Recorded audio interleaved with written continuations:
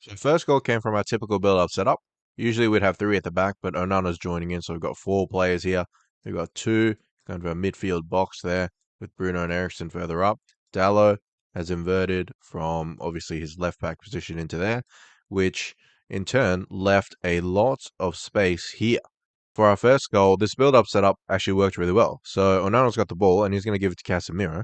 Casemiro knows that there's a lot of space here and here, and obviously, because he's facing this direction, he's going to go for this space for this pass, which is actually a really nice pass. Nice vision. So this pass in itself doesn't lead to any chances in behind or anything like that, but it starts drawing the Porto players back.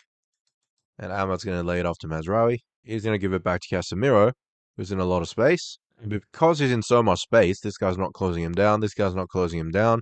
He knows that this area is wide open as well, and Eriksen himself is in a lot of space, so he's going to look for that pass across the pitch. Eriksen's going to take a touch and give it to Marcus Rashford in lots of space there, and he can just run at the defense. So this is an example of the build-up structure pretty much working as well as it could. Really, it's taking out all these players.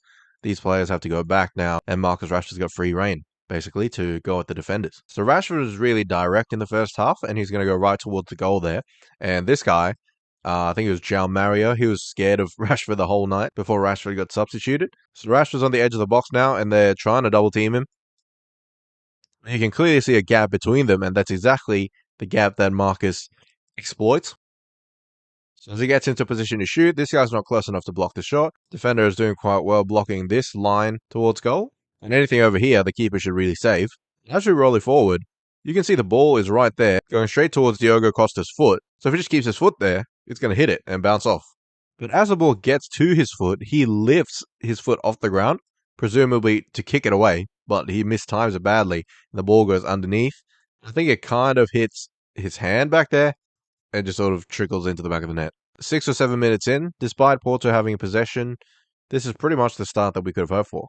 For our second goal, you can see that Porto pressing quite aggressively throughout the whole match. So Nana's going to decide to go long here towards Rasmus and Eriksen, sort of in this space. The defender actually wins the header here against Rasmus, but the ball falls kindly here, which Eriksen latches onto. And his first touch is excellent, so it takes this guy out of the game. And now Eriksen's charging this way. You've got Marcus Rashford again on the wing there. Bruno's going, Ahmad's going. With only 3 players back, this is the situation that United find ourselves in a lot. Eriksen's going to carry it forward. This guy can't keep up with him, which raises questions about how quick this guy is, because Eriksen's not a speed demon by any means. Rashford is in acres of space over here, and Eriksen's going to find him with his reverse ball. Marcus slows it down, thinks about cutting inside, but he sees that Rasmus is making this run inside the box, so he's going to play a nice little slide rule pass there. Rasmus gets onto it. We know he can hit a ball. He decides to go near post, which, again, Costa probably should save. I think Costa actually does quite well here to stick an arm out and get something on the ball, but because the ball is traveling so fast, it hits him. It kind of hits the underside of his arm and bounces off the turf. This defender tries to slide in and clear the ball, but the ball has crossed the line, and Rasmus gets his goal. I mean, a 2-0 start to the game. I mean, we weren't cruising by any means. Porto were putting pressure on us, but it's pretty much the start you'd want in any game, 20 minutes in. Of course, it's not a United game without drama. So the right back here has the ball right now, João Mario, and he's going to play a hopeful long ball there to see if anything comes of it. The ball sort of bounces awkwardly off the turf onto De Ligt's head, and he's going to nod it in this general direction. It's going to be a 50-50 between Dallo and this man right here. As you can see, it's a genuine 50-50. The ball bounces right in between the two. Dallo can swing his leg at it. This guy can swing his leg at it. But Dallo kind of pulls out of the challenge, not aggressive enough, allows the Porto player to poke the ball out this way. And if you have a look at the situation over here, this is the guy that played the ball up towards Samu there. And seeing he's the right back and Rashford is a left winger, it's Rashford's responsibility to pick up. But as the Porto player picks up the ball there, you can see that Rashford's not really interested in tracking his man, allows João Mario to drift it to this space. And of course, with everyone else occupied, the ball's naturally going to find its way to him, who's in a lot of space. And look at how much space he's in as he delivers a cross in. I mean, you don't have to be De Bruyne to deliver a serviceable cross when you have this much space to work with. So the ball gets delivered towards Samu. Mazraoui does well in terms of sensing the danger and coming across to try to get the ball, but he actually nods it towards our own goal, which is not ideal. Onana actually makes a fantastic reaction save, but if you have a look here, The eventual goal scorer, Pepe, is really keen to get on the end of the second ball, whereas Lissandro is kind of ball watching, not really moving in there with urgency. By the time Lissandro tries to recover, it's too late. Pepe's got a yard on him, gets his head on the ball, Onana scrambling to get back, but he can't stop it as it ends up in the back of the net. And you can tell how disappointed Lissandro is with that, because he knows he should have reacted quicker to that. And we actually saw this exact same thing against Palace as well. So Nketiah has taken the shot, Lissandro is too static there, and Sarr is able to run off of him towards the goal. And the slow reactions contributed to Onana having to make that brilliant double save there. And if we're being honest, Licha really hasn't had the best start to the season. It's got to change quickly if we want to turn our form around. Of course, it would only get worse from there. So Porto's got the ball, and this guy's going to play a searching pass over the top to no one really. And it only goes to De Ligt. De Ligt, who actually had a lot of time to maybe let the ball run this way, maybe for Onana to collect it, or to take it out this way to buy himself some time. He decides to just go for a big booted clearance. To be fair, the ball does bounce awkwardly just in front of him, so when he goes for the clearance, he shanks it really bad and it just goes straight up into the air. De Ligt is the one to jump the highest and win the header. It's not really a powerful header, and the ball just kind of lands here in between this Porto player and Marcus Rashford. The Porto player gets it comfortably ahead of Rashford because he's kind of hesitant to leave this man and fully commit, but he kind of does neither. He's not tracking this guy, he's not going for the ball, so just kind of stuck in the middle of nowhere. And the ball does get played out wide here to this guy. João Mario plays across into the box first time. Dallo again not close enough to get his body on the ball or deter the cross. The ball kind of lands in between three Porto players there. This man tries to volley it, but he ends up doing an air swing as this guy takes control. And it's actually a really nice touch as he's able to bring it down, wriggle away, and then pass it. Gonzalez there, who's not being marked. Again, Marcus is just ball watching, not really stepping in front. As the ball gets here, this shooting angle is blocked off by Martinez. Dallo has come in by this point to offer support, which again leaves the right back João Mario free. So Gonzalez is going to wriggle free here and then pass it back to João Mario. João Mario plays a nice little ball into the box. And all eyes are on this matchup, De Ligt and Samu. The ball is right on the money. Samu reacts a little bit quicker than De Ligt. De Ligt does his best to try and recover in front, but Samu is just too strong. It gets a really nice contact on the ball, and the ball fizzes into the roof of the net. Onana's got no chance from that close range. And it's actually a brilliant header. This is another goal created from a cross by João Mario, but more importantly from this area, which is becoming a very worrying trend for us. So you come out of the second half, tied at 2-2, the last thing you want to do is concede a goal early, which, of course, being Manchester United, is exactly what we're going to do, just like we did against Spurs.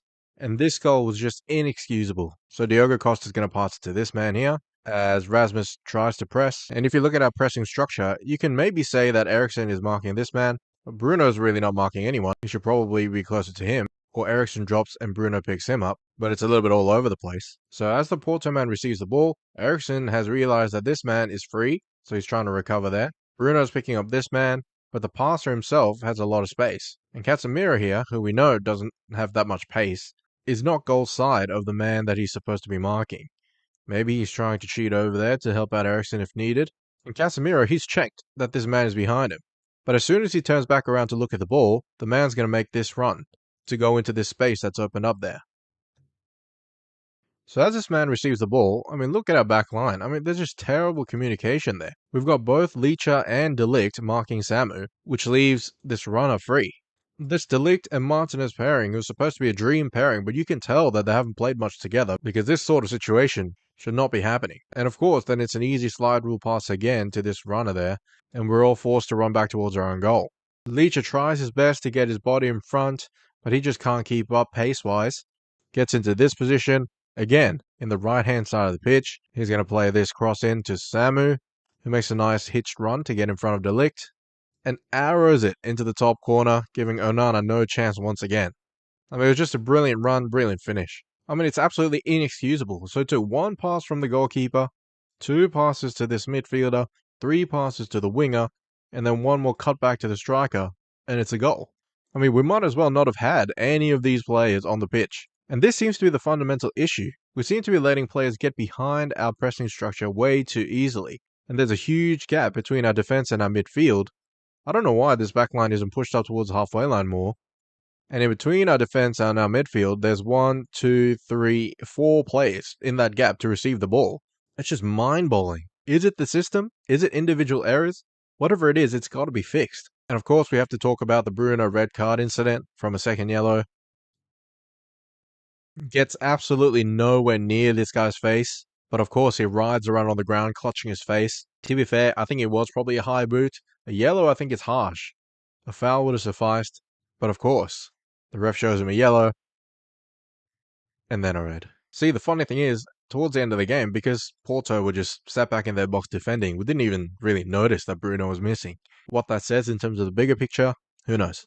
But I was really impressed by Garnacho. He came on at halftime and just kept going and going and going, being brave, taking defenders on, taking shots on, never stopped running. He didn't end up scoring or assisting, but he did play an important role in us getting our equalizer. So from the second phase of a corner kick, he's going to get the ball at the edge of the box there. He's going to juke this defender and literally sit him down.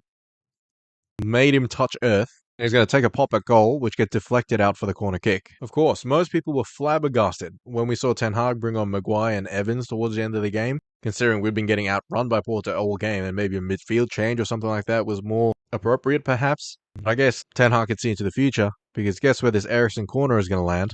Of course, directly on Harry Maguire's head, absolutely dominates this man in the air, heads it downwards towards this side of the goal. And it goes in the back of the net, and Harry Maguire does a Steph Curry where he doesn't even see the ball hit the back of the net before he runs off celebrating. Say what you want about the man, his skill set, his lack of pace, all that's valid, but I've always appreciated Harry for being a true professional behind the scenes. Losing his captaincy armband, I mean, that can't be easy. And for a person who watches the NBA, where there's a lot of drama regarding playing time, etc., he just put his head down and kept working. So for that, I thank you, Harry, and for this goal as well. If you enjoyed the video, guys, please consider subscribing and leave a like. Cheers.